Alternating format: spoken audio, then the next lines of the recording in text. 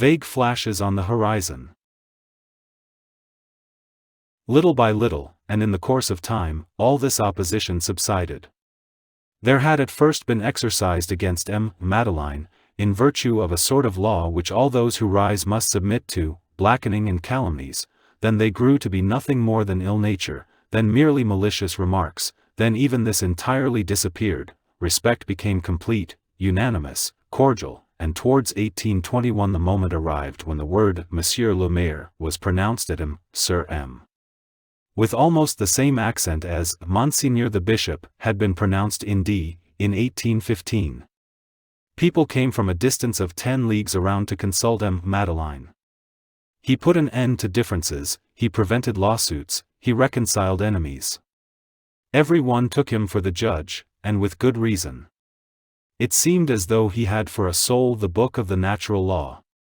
It was like an epidemic of veneration, which in the course of 6 or 7 years gradually took possession of the whole district. One single man in the town, in the arrondissement, absolutely escaped this contagion, and, whatever Father Madeleine did, remained his opponent as though a sort of incorruptible and imperturbable instinct kept him on the alert and uneasy. It seems, in fact, as though there existed in certain men a veritable bestial instinct, though pure and upright, like all instincts, which creates antipathies and sympathies, which fatally separates one nature from another nature, which does not hesitate, which feels no disquiet, which does not hold its peace, and which never belies itself, clear in its obscurity, infallible, imperious, intractable, stubborn to all counsels of the intelligence and to all the dissolvents of reason, and which, in whatever manner destinies are arranged, secretly warns the man-dog of the presence of the man-cat, and the man-fox of the presence of the man-lion.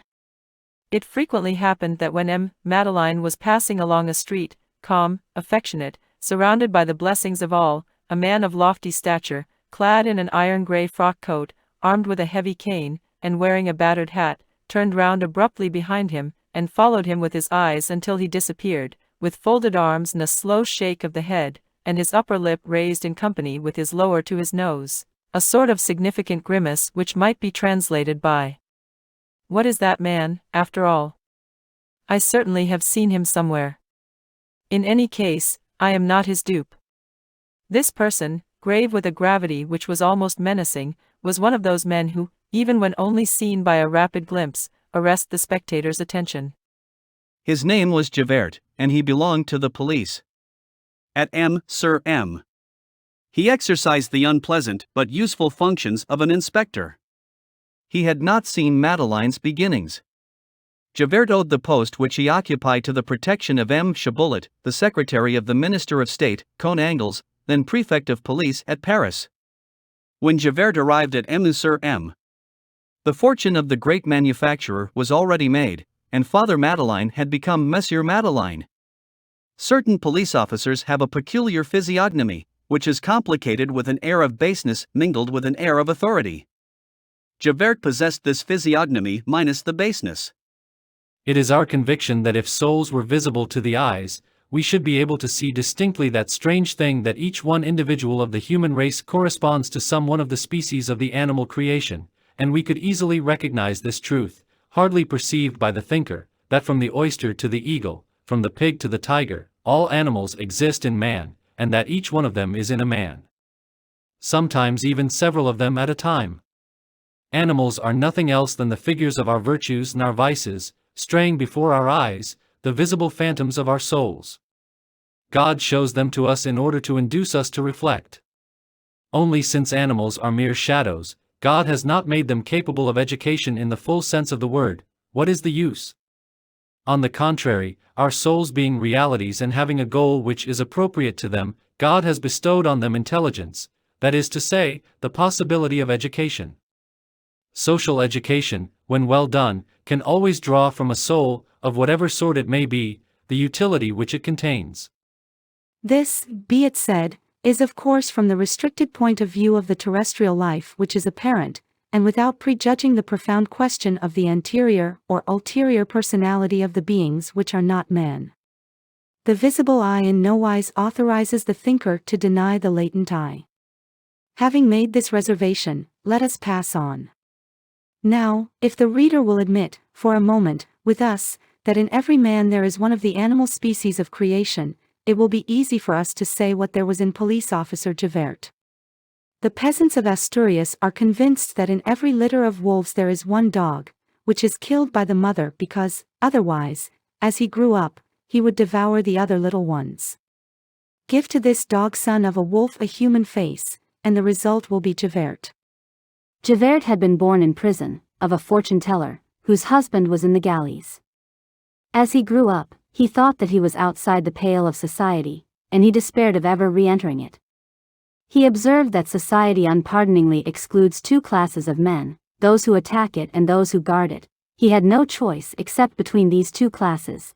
At the same time, he was conscious of an indescribable foundation of rigidity, regularity, and probity, complicated with an inexpressible hatred for the race of Bohemians whence he was sprung.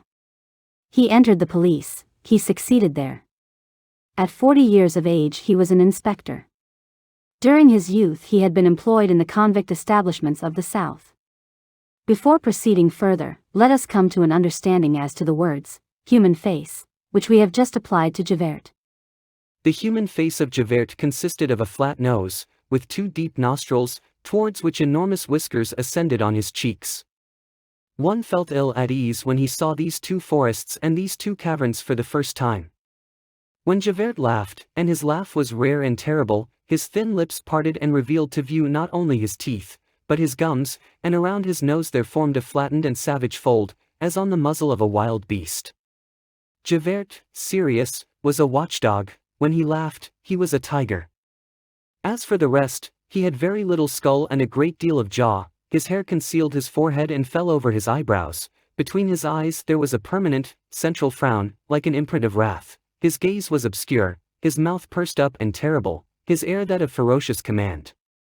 This man was composed of two very simple and two very good sentiments, comparatively, but he rendered them almost bad, by dint of exaggerating them, respect for authority, hatred of rebellion, and in his eyes, murder, robbery, all crimes, are only forms of rebellion. He enveloped in a blind and profound faith every one who had a function in the state, from the prime minister to the rural policeman.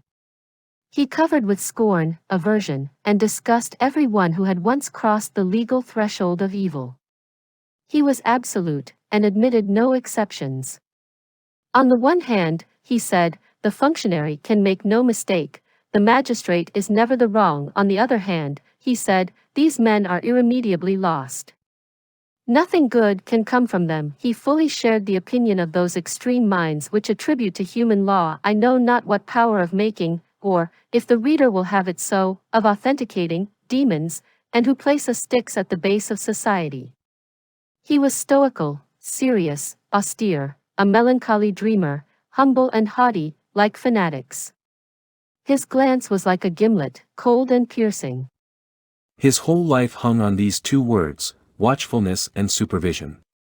He had introduced a straight line into what is the most crooked thing in the world. He possessed the conscience of his usefulness, the religion of his functions, and he was a spy as other men are priests. Woe to the man who fell into his hands. He would have arrested his own father, if the latter had escaped from the galleys, and would have denounced his mother, if she had broken her ban. And he would have done it with that sort of inward satisfaction which is conferred by virtue. And, withal, a life of privation, isolation, abnegation, chastity, with never a diversion.